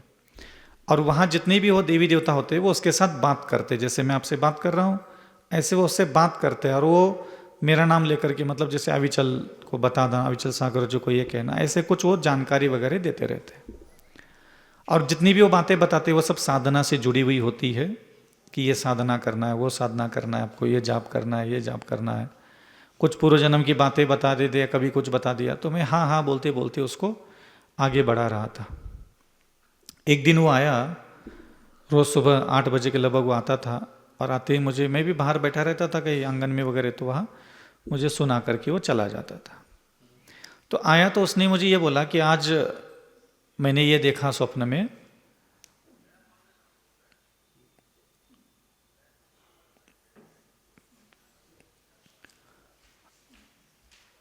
कि महाराज जी मैं आज स्वप्न में ऊपर गया, मुझे ऊपर लेके गए ये लोग नीचे से। ऊपर जाने के बाद मैंने देखा कि वहाँ पार्श्वनाथ भगवान की प्रतिमा है, उसके सामने एक दीपक जल रहा है, दीपक से हरे कलर की रोशनी निकल रही है, और आप भी एक ऊंचे पाटे पर बैठे हो, और आपके दोनों पैर आज ऊपर नहीं थे, आज नीचे थे, दोनों पैर पाटे से नीचे लटक रहे थे, और आपके पीछे वो 1000 फनाओं का नाग खड़ा था, 500 400 300 ऐसे अगल बगल में सब आसमान में भरे पड़े थे, और दिव्य रोशनियाँ चारों तरफ बिखरी पड़ी थी, हीरे जवाहर रत्न सारी कांतियाँ फैली पड़ी थी। और मैंने ये देखा कि आप ऐसे करके पाटे के नीचे 2 पैर लटका करके खड़े, और आपके पैर जहाँ नीचे लटक रहे थे उसके नीचे एक चौकी लगी थी, अच्छी सुंदर रत्नों से जड़ी चौकी थी, और फिर उसके ऊपर आपके पैर थे। और नाग की फनाई इतनी विशाल लंबी चौड़ी थी कि उसके नीचे ही कम से कम 500 1000 आदमी खड़े हो जाए तो भी वो फना कम बड़ी, इतनी बड़ी विस्तृत आसमान को छूने वाली ऐसी विशाल थी। उसके सामने तो आप इतने से लगते थे जैसे चना बैठा हो, कोई चने का दाना हो, इतने छोटा आपका शरीर लगता था उनके विशाल रूप के सामने। और आप जहाँ बैठे थे उसके अगल में और बगल में दाएं हाथ और बाएं हाथ की तरफ एक देवता, 2 देवता खड़े थे, और वो भी बहुत अच्छे ऊंचे थे, और उनके हाथ में एक थाल था, उस थाल में कटोरा था। और मैं वहाँ सामने खड़ा होकर के ये सब चीज़ें देख ली मैंने। देखने के उपरांत वो जो बालक जो मुझे ऊपर ले जाता था रोज, वो आया आगे, और उसने कहा कि आप अपना काम चालू करो। तो उसने जैसे बोला तो वो जो दोनों आगे आपके आसपास के देवता थे वो नीचे बैठ गए, और वो थाली नीचे चौकी पे रख करके उसमें से कटोरा अपने हाथ में लेकर के वो कटोरे से लेप निकाल करके आपके पैरों में वो लगाने लगे। तो मैंने पूछा, क्योंकि मेरी बात तो वो 1000 फनाओं का नाग जो पीछे, उसी से मेरी बात होती थी, और कोई बात ही नहीं करता था मेरे से ज़्यादा। तो मैंने उनको पूछा कि ये आप क्या कर रहे हो, महाराज जी को क्या हो गया, आप क्या कर रहे हो? तो उसने ये बोला कि ये महाराज जी की बहुत पुरानी चोट है, और हम इसको अभी ठीक कर रहे हैं, अभी इसका ठीक होने का समय है। बोले क्या चोट लगी थी? बोले हम आपको ये बता नहीं सकते, लेकिन ये पुरानी चोट है, और अभी हम इसको ठीक करेंगे। तो चुप बैठ गया, तो लेप वगैरह लगा दिया। फिर उस थाली में कपड़े का पट्टी थी, जैसे बैंडेज लगता है ना अपना, ऐसा, तो पट्टी लपेटने लगे। तो फिर प्रश्न पूछता है कि फिर कब कैसे ठीक होगा, कैसे आराम मिलेगा, हाँ इसका क्या होगा, कहीं तकलीफ तो नहीं होगी महाराज को। तो उसने वार्तालाप करना चालू किया, शंकर जिसको स्वप्न आता था उन्होंने उससे बात करना चालू की। तो उन्होंने उसको कहा कि देखो ऐसा है कि हम आपको पूरी डिटेल नहीं बता सकते इस विषय में, लेकिन आपको ये बता सकते हैं कि ये जो हमने पट्टी बांधी है महाराज जी के पैरों में, जैसे जैसे इनके पैरों की पट्टियाँ खुलती चली जाएगी, समझ लेना जितनी मात्रा में इनके पैर की पट्टियाँ खुली है उतना पैर इनका ठीक हो चुका है। तो उसने कुछ नहीं बोला, बोले ठीक है। फिर दोनों पैरों में उन्होंने पट्टी बांधी, सारी चीज़ें हो गई। फिर उन्होंने कुछ मंत्र दिए कि आप अविचल को ये मंत्र साधना करने के लिए बोलना, और ये सारी साधना विधि है, और आप उन तक ये समाचार पहुंचा देना। तो ऐसे सारे समाचार उनको हुए, वो स्वप्न खत्म हो गया। सुबह आकर के उसने सारी माजी बुद्धि बातें बताई। फिर मैंने कहा भाई अब इतने ढेर सारे मंत्र इकट्ठा हो गए, मैं करूँ क्या इसका? बजाय आज भी कहाँ भी बता। तो उसने इतने लंबे चौड़े मंत्र बता दिए कि मुझे खुद नहीं याद रहा, तो मुझे लिखना पड़ा। और मैंने लास्ट में पूछा कि तुम्हें कैसे याद रहा ये? बोले महाराज जी जब तक मैं आपको कोई भी स्वप्न नहीं बताता तब तक मुझे एक एक अक्षर याद रहता है, और अब मैंने आपको ये स्वप्न बता दिया, मैं 1-1.5 घंटे बाद अगर मैं खुद याद करना चाहता हूँ तो मुझे याद नहीं रहता कुछ। और अगर कोई स्वप्न मैं 3-4 दिन तक भी आपको ना सुनाऊँ तब तक वो मुझे दिमाग में रहता है। आपके कानों पर मैं चाहे फ़ोन से सुना दूँ, चाहे लाइव सुना दूँ, चाहे जब तक आप तक वो बात नहीं पहुँचती तब तक मेरे दिमाग में वो चीज़ रहती। बाद में मैं खुद कंफ्यूज हो जाता हूँ कि क्या दिखाता क्या नहीं दिखाता, क्या जाप था क्या मंत्र था। कई बार मैंने कोशिश की घर जा कर के सारे मंत्र लिखने की, लेकिन लिखने के लिए समझ में नहीं आया कि लिखूँ क्या इसमें, है ना ही दिमाग में नहीं रहता। तो मैंने वो सारी चीज़ें ले ली, रख ली। फिर मेरे मन में एक प्रश्न उत्पन्न हुआ, वो मुझे सुना रहा था। मैंने सुनने के बाद उसको कहा कि एक बात बताओ, आखिरकार ये लेप उन्होंने लगाया कहाँ? पैर में लगाया, तो यहाँ लगाया कि यहाँ लगाया कि यहाँ लगाया? लगाया कहाँ ये तो बताओ। तो बोले महाराज जी आपके पैरों में लेप लगाया बस इसके नीचे, ये जो टकनी है ना एड़ी के नीचे, जहाँ से अपन शूज़ पहनते उतने पूरे हिस्से में ये अंगूठे से लेकर के यहाँ तक ये पूरे दोनों पैर उन्होंने पहले लेप से लगा करके पैक किया, फिर उस पर पट्टी बांधी उन्होंने। तो पूरी पट्टी बांध करके उन्होंने वैसे रख लिया और उन्होंने कहा कि मुझे जैसे जैसे उंगलियां खुलेगी अथवा पट्टी खुलती चली जाएगी वैसे वैसे समझ लेना। लेकिन उन्होंने जाप आपको करने के लिए कहा है, उस जाप के प्रभाव से वो सब चीज़ें ठीक हो जाएगी जल्दी। मैंने कहा ठीक है कर लेंगे, कोई दिक्कत नहीं है, काम यही है हमारा। तो डेली उसको सपना आता था, डेली वो मुझे वही दृश्य में देखता था, डेली के डेली, बंद नहीं हुआ उसको कभी। और वही बैठा रहता था पाटे के ऊपर, पट्टी दोनों पैरों में बंधी भी रहती थी। लेकिन अब वो दूसरी बातें मुझे बताते चले जाते थे, साधना, ध्यान, चिंतन, मनन, ऐसे चीज़ें कुछ न कुछ तो बोलते चले जाते थे। कभी पुरानी बातें बता दी, कभी नई बातें बता दी, कभी भविष्य की बातें बता दी। ऐसा करके वो 8-10 दिन के बाद क्या हुआ, डेली तो उसको स्वप्न दिख ही रहा है। तो उसने देखा 8-10 दिन के बाद कि मेरे पैर में, राइट वाला जो पैर है मेरा, ये जो अंगूठा है ये भी पैक था सब। ये एक उंगली पूरी की पूरी 5 उंगलियां मेरी खुली हुई है। मतलब ये 5 उंगलियों में से एक अंगुल हिस्सा मेरा खुला हुआ उसको दिखा। और उसने आकर के मुझे बताया कि आज ये बातें आपको बताई गई है, लेकिन आज मैंने आपकी इतनी उंगली खुली हुई देखी पहली बार। ऐसा करते करते करते डेली के उसको जो स्वप्न आ रहे थे, तो उसके बाद लगभग मान लो मैं पहुंचा था केकड़ी चातुर्मास में। ये तो गर्मी की बातें थी। तो गर्मी के बाद मैं पहुंच गया था चातुर्मास के लिए केकड़ी। केकड़ी में मेरा चातुर्मास चल रहा था। केकड़ी के चातुर्मास के लगभग 10 लक्षण का समय होगा। तो केकड़ी के 10 लक्षण के आखिरी समय में, अब मेरे वो जो साधना बताई थी उन्होंने, वो साधना तो मैं करता ही था। मेरे एक पैर का पूरा प्लास्टर उतर गया। किसके हिसाब से? शंकर हरिजन के स्वप्न के हिसाब से। तो वो स्वप्न में डेली ऐसी चीज़ें देख करके मुझे समाचार मिलते थे। वहाँ 2-4 लोग थे परिचित, तो उनके पास वो फ़ोन आते थे, तो मैं सुनता था सारी बातें। तो उसने उस दिन कहा था, मुझे आज भी याद है, लगभग 10 लक्षण के लास्ट के 1-2 दिन पहले या 2 दिन बाद, कि आज आपके एक पैर का प्लास्टर पूरा खुल गया, लेकिन एक पैर का पूरा प्लास्टर आपके है। अब यहाँ क्या हुआ, 10 लक्षण खत्म होने के बाद चातुर्मास कितना टाइम लगता है? 1 महीना बचता है बस।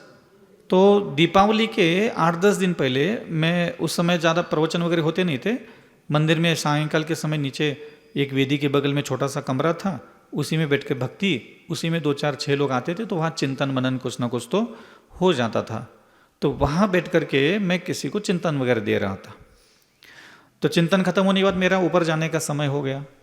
मैंने पीछे उठा करके ऊपर जा ही रहा था, तब एक दादी, उनकी बहू और उनकी नातन, समझ गए, 3 लोग आ गए। और वो दादी थोड़ा सा जान पहचान की थी, मतलब पहचान मतलब वही थोड़ा ज़्यादा वार्तालाप करती थी, वो आकर के बोलती थी। तो महाराज जी, मेरी नाती के पोती को, अपनी बहू की बेटी को क्या बोलते हैं? नाती। तो ये कुछ कह रही, महाराज आप सुन लो इसको। तो मैंने मना किया, भाई कल सुनते हैं, अब शाम हो गई, कहाँ जाए? बोले नहीं महाराज आप सुन के जाओ। मैंने कहा ठीक है बताओ। तो उसने ये बताया कि महाराज जी इसको कुछ दिख रहा है। मैंने कहा भाई क्या दिख रहा है? मुझे थोड़ा हंसी भी आ गई। मैंने कहा कहीं ऐसा ना हो कि इसको यहाँ कुछ दिखना चालू हो गया। तो ऐसा मन में आया, लेकिन उसने मैं चालू किया कि महाराज जी मैं 3-4 दिन हो गए मुझे यहाँ करके केकड़ी, और मैं आपको पहली बार मैंने दर्शन किया, अभी 3-4 दिन पहले से कर रही हूँ। और मैं अभी तक यहाँ कोई गुजरात में कोई कॉलेज है वहाँ पढ़ रही हूँ, और अभी दीपावली की छुट्टी लगी तो मैं घर आई हूँ।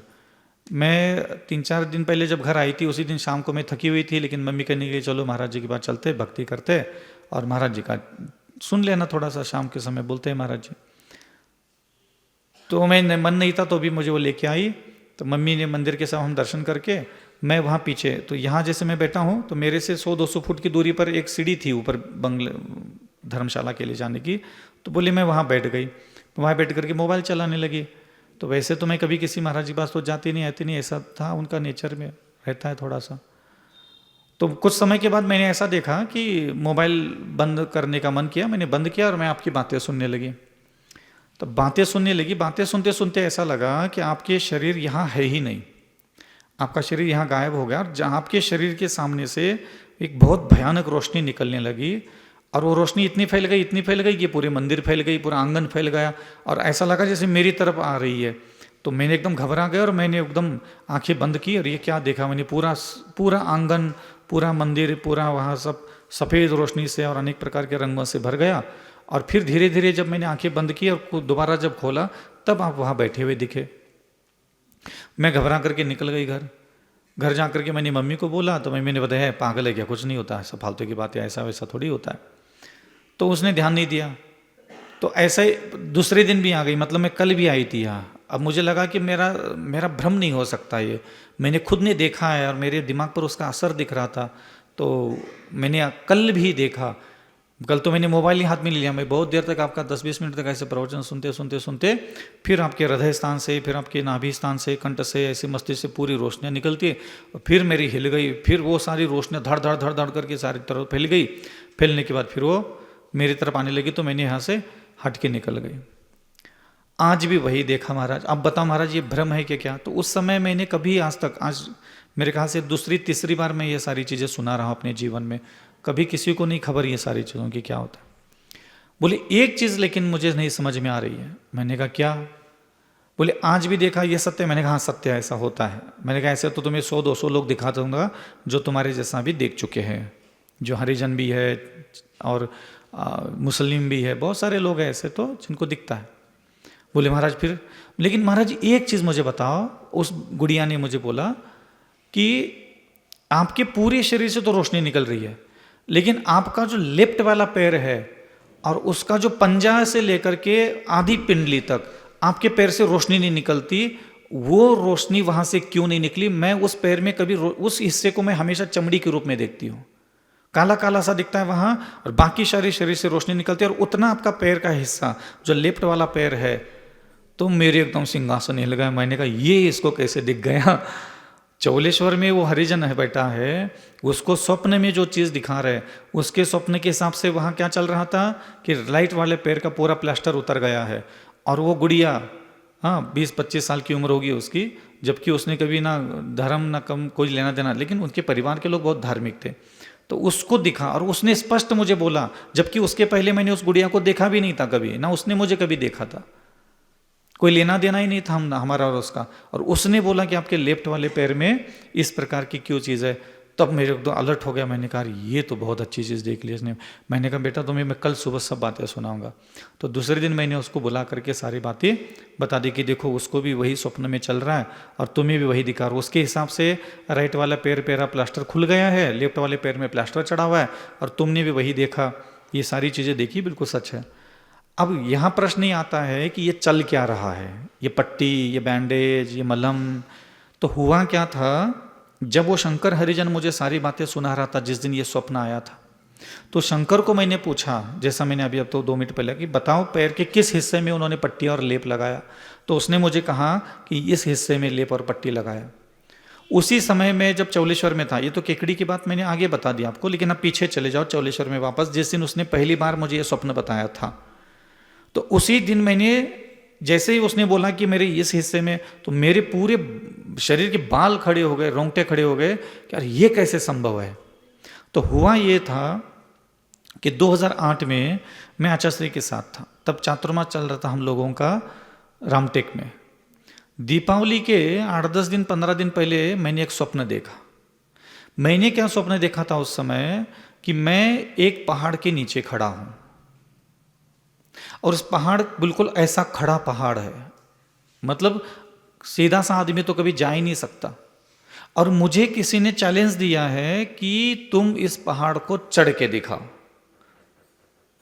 तो मेरे मन में ये भरा पड़ा है, मैं स्वप्न में खुद को ऐसा देख रहा हूं कि मेरे मन में ये भरा पड़ा है कि मैं इस पूरे पहाड़ को चढ़ के दिखाऊंगा।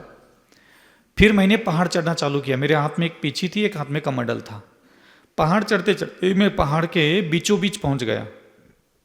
जैसे मैं बीचों बीच पहुंच गया, मेरे पैर के इस हिस्से में बहुत भयानक, असहनीय, एकदम विकृत वाला, मतलब चीख निकल गई थी मेरी उस स्वप्न में भी। इतना भयानक वहां दर्द होने लगा। और मैंने पीछे नीचे रख लिया, कमंडल भी नीचे रख लिया, और इसको दोनों पैर को ऐसे हाथ से पकड़ करके वही पहाड़ के नीचे टिक करके ऐसे बैठ गए। और मैं उसको दबा रहा हूँ, और मतलब एकदम असहनीय यातनाओं से भरा हुआ मेरा उस समय स्थिति थी।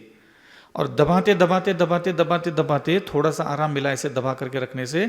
जब मैंने आंखें खोली तब मैंने देखा कि मैं दोबारा वही खड़ा हूँ जहाँ से पहाड़ चढ़ना शुरू किया था।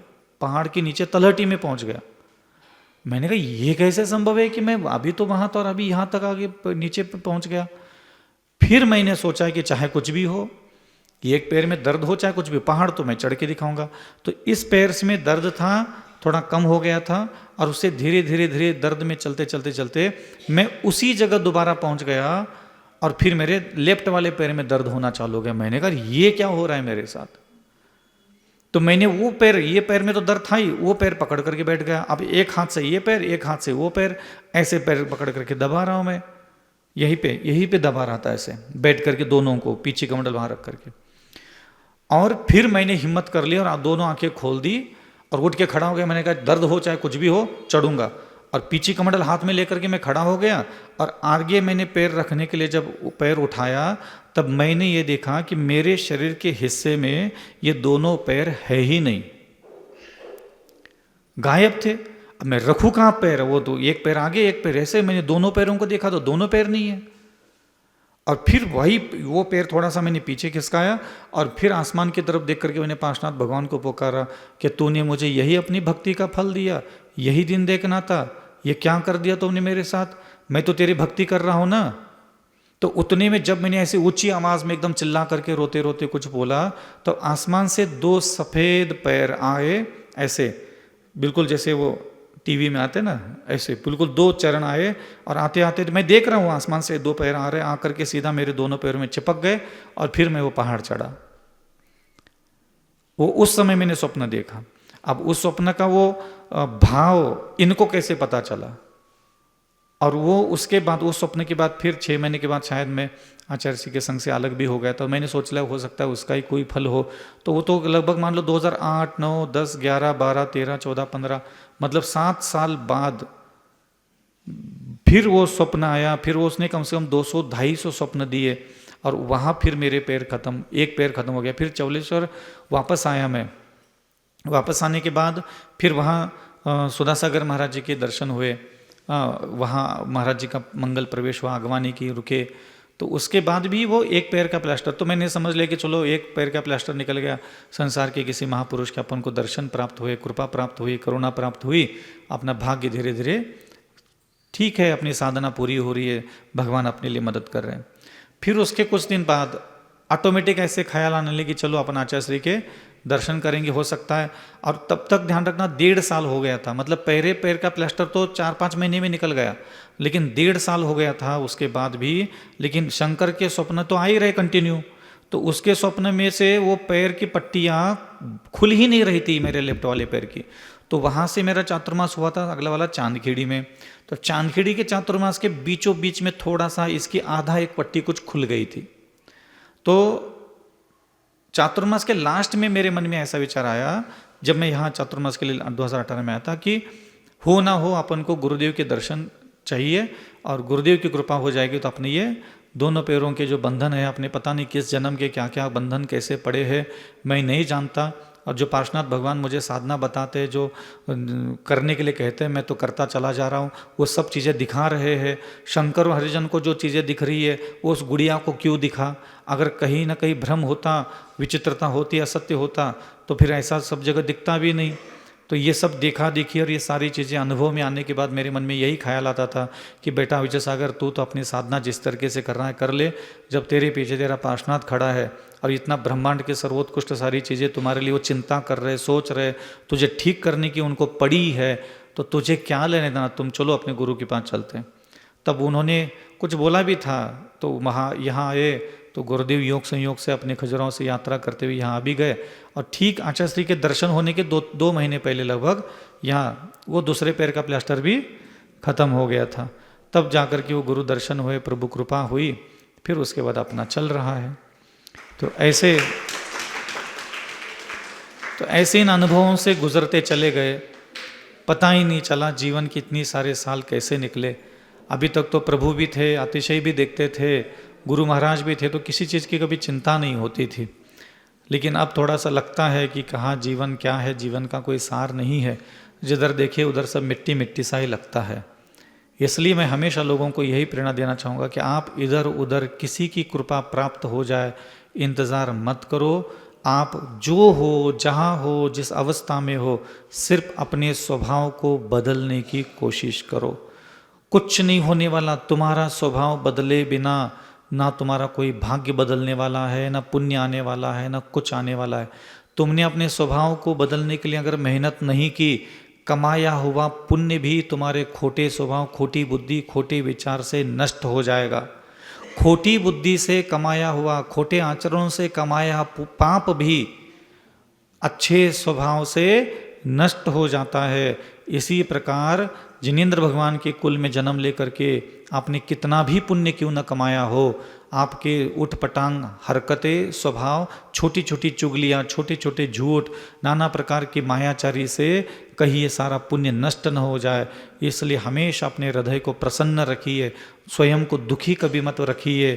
चाहे संसार का कितना भी दुख तेरे जीवन में हो, खुद को दुखी करना है क्या नहीं करना है ये तुम्हारे हाथ में है। इसलिए स्वयं को अत्यंत दुखी मत रखा करो, शांत रहो, सरल रहो। कुछ मिले ना मिले इस संसार की वस्तु भोगने के लिए, लेकिन जैन कुल मिला है तो अच्छा स्वभाव लेकर के मरो। कुछ नहीं है, मृत्यु निश्चित अटल है, सत्य है, शाश्वत सत्य है। इसलिए मैंने हमेशा अपने जीवन में कुछ साधना की है तो ध्यान रखना, अपने स्वभाव को बदलने से बेहतर और कोई भी दुनिया साधना होती नहीं। और किसी ने कोई भी साधना की हो और अपना स्वभाव ही ना बदला हो तो साधना का कोई वास्तविकता में फल है भी नहीं। इसलिए पुण्य तो सुंदर स्वभाव जिस दिन आपने अपना बना लिया मेहनत से, आप 24 घंटे पुण्य ही तो कमाओगे। पुण्य कमाने के लिए इतनी तड़प, इतनी आकुल व्याकुल मत हो। पहले अपने स्वभाव को बदलने के लिए मेहनत करो। जैसा आपका स्वभाव शांत होगा, विकार शांत होंगे, इच्छाएं, कामनाएं, मन के अंदर के भ्रम, मन के अंदर की तृष्णाएं, मन के अंदर का द्वेष, जितना शांत शांत शांत, और खुद को शांत करना पड़ेगा, जानबूझ करके शांत करना पड़ेगा। शुरू शुरू में दर्द बहुत होता है, तकलीफ बहुत होती है, घुटन बहुत होता है। घुटन से, तकलीफ से, दर्द से गुजर जाओ और कुछ भी करके सिर्फ अपने लिए आप अच्छे स्वभाव के व्यक्ति बनो। मैं दुनिया में किसी व्यक्ति के लिए अच्छा नहीं बनने की कोशिश करता, मैं अपने लिए, हम खुद ही अच्छा बनने के सपने देखना चाहिए। समझ में आ रहा है? हाँ। ओम नमः सिद्धेभ्यः। और कोई प्रश्न हो तो पूछ लो।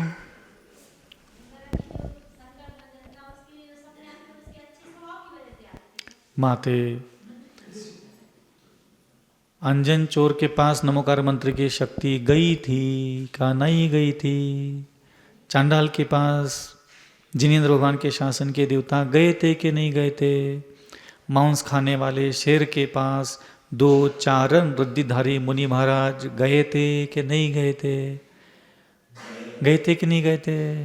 गए थे। बस जीव कमाओ, परस्पर उपकार करो, जीवन में कुछ ऐसा व्यक्ति कमाओ, एक ऐसे व्यक्ति के लिए मेहनत करो कि महाराज मुझे आज भी विश्वास है कि मैं चाहे कितने भी अच्छे बुरे कर्म किए हो, ये 2-3 लोग हैं, मैं मर भी जाऊंगी ना, मैं किसी भी हालत में रहूंगी ना, ये लोग मेरे पास आ करके मुझ पर दया करेंगे, उपदेश देंगे, मुझे संभाल लेंगे, मुझे मदद करेंगे।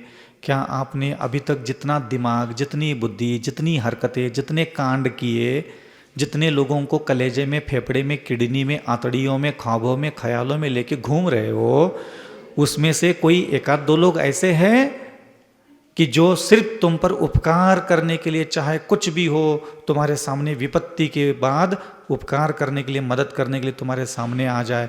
ऐसा कोई है? लेकिन तुम्हारे पास जितनी अकल थी, तुमने ननंद को ऐसा बनाया कि अगले नरक में आकर के सबसे पहले तो वही कूटने वाली है। सास के साथ ऐसी हरकतें की, जितनी बुद्धि, जितनी अकल, जितनी जबान, जितनी भगवान ने तुम्हारे पास जो ताकत दी थी, उस ताकत से तुमने सिर्फ दुश्मन, वैरी, निंदक, आलोचक, कूटने वाले, पिटने वाले, अगले जन्मों में तेरी धज्जियां धोबी घाट के कुत्ते के जैसी तेरी हालत बनाने वाले लोग तुमने इकट्ठा किए हैं। कोई भी तुम्हारे इतने साल की जिंदगी जीने के बाद भी अगर तुम आंखें बंद करके बैठते हो, तुम खुद बताओ कितने लोग आकर के तुझे अगले जन्म में मारेंगे, पीटेंगे, गाली देंगे, निंदा करेंगे, आलोचना करेंगे, टांग खींचेंगे, बर्बाद करेंगे। तुमने ऐसे जीव इकट्ठा किए कि नहीं किए? तो तुम्हारे पास दिमाग था, आंखें थी, हृदय था, बुद्धि थी, जबान थी। क्या तुमने एक भी ऐसा जीव इकट्ठा किया कि जिसके साथ तुमने कुछ ऐसी अच्छी हरकत कर ली और उस अच्छी हरकत के कारण तुम्हारे हृदय में शांति है कि हाँ ये आएगा और ये मदद करेगा? तो क्या तुम लोगों ने दया धर्म, और क्या तुम लोगों ने क्षमा धर्म, क्या तुम लोगों ने परोपकार, और क्या तुम्हारा पुण्य पाप की कहानियां है रे? अकेले अकेले मर करके जीने वाले हो क्या? अरे अगले जन्म में भी माँ मिलेगी, बाप मिलेगा, ऐसा ही गांव मिलेगा, नुक्कड़ का मकान दुकान मिलेगा, नटोरे भटोरे मिलेंगी, और ये सब तुझे कुटने वाले मिलने वाले हैं। जानवर बनोगे तो कसाई के घर में बिकेगा, समुद्र की सारी मछलियां तैरते रहेगी, तू जाल में फंस जाएगी, जाके कढ़ाई में तलेगी। ऐसे ही लोग तुझे मिलने वाले। तुमने इकट्ठा ही वही की है। इतना सा सोना, इतना सा चांदी, इतना सा जूता चप्पल, इतना सा कपड़ा, इतनी सी अपनी नकटे पति की नुक्कड़ की दुकान की नटोरे भटोरे 2000 कमाने वाली पैसे में तुमने अपनी ननंदों की जिंदगी झंड बना के रखी। भाभीयों की, जेठानी देवरानी के कटोरे भर दूध के लिए तुमने तांडव नृत्य किया। घी तेल नून लकड़ी साबुन कितना किसने घिसा, कपड़ों पर रगड़ा, कितना तेल कितना कौन कहाँ कैसी सब्जी बनाता है, सब इसमें बुद्धि लगा लगा करके तुमने जो नरक के गड्ढे खोद के बैठे हो ना घर में, तुमने कत्ल खाना नहीं खोला। जरूरत नहीं है कि खोटे और पाप करने से ही कोई व्यक्ति नरक जाता है। अपनी खोटी बुद्धि से नरक जाने वाले लोगों की संख्या 95% होती है। हाँ, नरक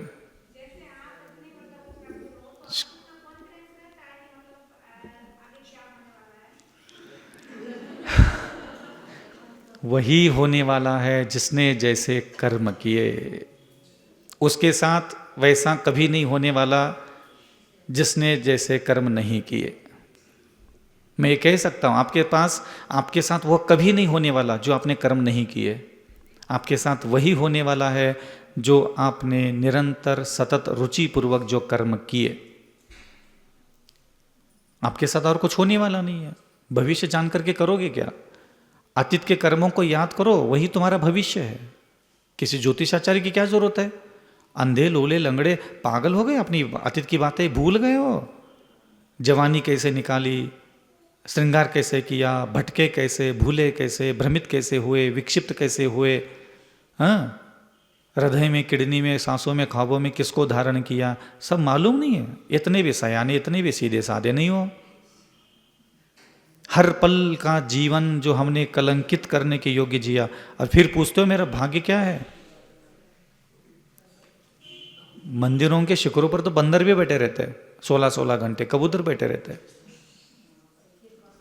क्या लेना देना उससे? यही तो दिक्कत है। पुण्य पुण्य बोल बोल करके पूरा जैन धर्म की सारी विद्याएं नष्ट कर दी माता ने। आप लोगों को पुण्य चाहिए क्यों, समझ में नहीं आता मुझे। तो कहां कर लोगे पुण्य का? कहां कर क्या लोगे पुण्य का? चक्रवर्ती के पास, शुभम चक्रवर्ती के पास क्या पुण्य कम था? मूर्ख बुद्धि के कारण गयो नरक। पुण्य से क्या होता है? पुण्य आपकी किसी भी समस्या का समाधान नहीं है।